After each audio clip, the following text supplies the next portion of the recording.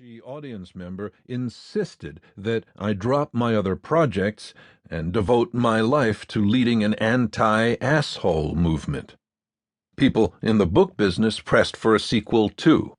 My favorite inquiry came in a handwritten note from Marie-Pierre Vaslet, who edited the French translation of the No Asshole Rule, Objectif zéro salcon.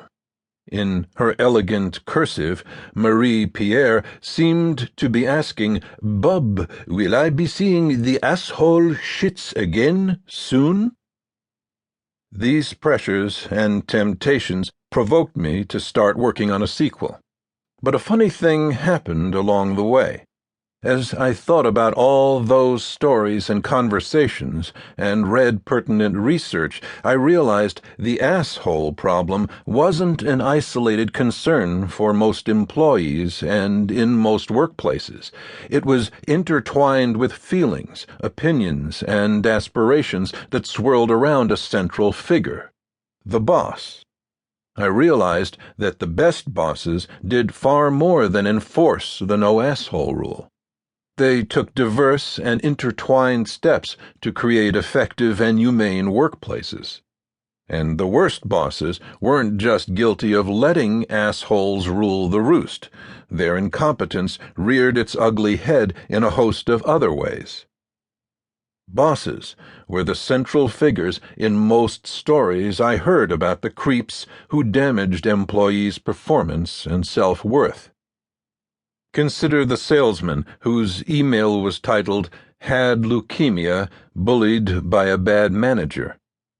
When chemotherapy began draining his energy, his wicked boss doubled his sales quota and called each day to berate him for being a wimp and a fuck-up. Or the legal secretary who was treated as if she were invisible by the attorneys she served. These pompous and self-absorbed jerks never greeted her when passing by, and often held long and loud conversations right in front of her desk without stopping for a moment to acknowledge her existence.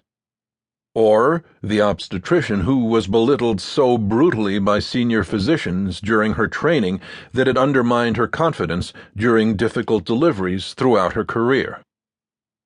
The prevalence of asshole bosses is confirmed by careful studies. A 2007 Zogby survey of nearly 8,000 American adults found that, of those abused by workplace bullies, 37% of respondents, 72% were bullied by superiors. Stories about the damage done by bully bosses are bolstered by systematic research. University of Florida researchers found that employees with abusive bosses were more likely than others to slow down or make errors on purpose, 30% versus 6%, hide from their bosses, 27% versus 4%, not put in maximum effort, 33% versus 9%, and take sick time when they weren't sick, 29% versus 4%.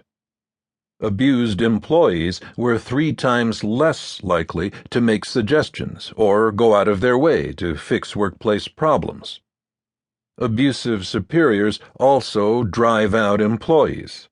Over 20 million Americans have left jobs to flee from workplace bullies, most of whom were bosses.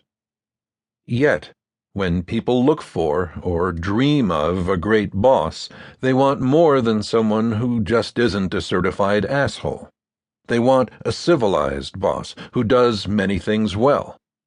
Take the young professor who told me about her escape from a nasty and sexist department chairman. She landed a job with a new chair who was not just a delightful human being. He was renowned for getting resources for faculty and protecting them from petty and time-consuming political battles. The no asshole rule touched a nerve in bosses and would-be bosses because treating people with dignity is something that skilled bosses do, but not the only thing. I think of the high school principal from Illinois who worked to get her teachers to stop trying to destroy each other because you will be better for it, and so will our students. Changing the emotional tone of the place was part of a 5-point plan she was implementing.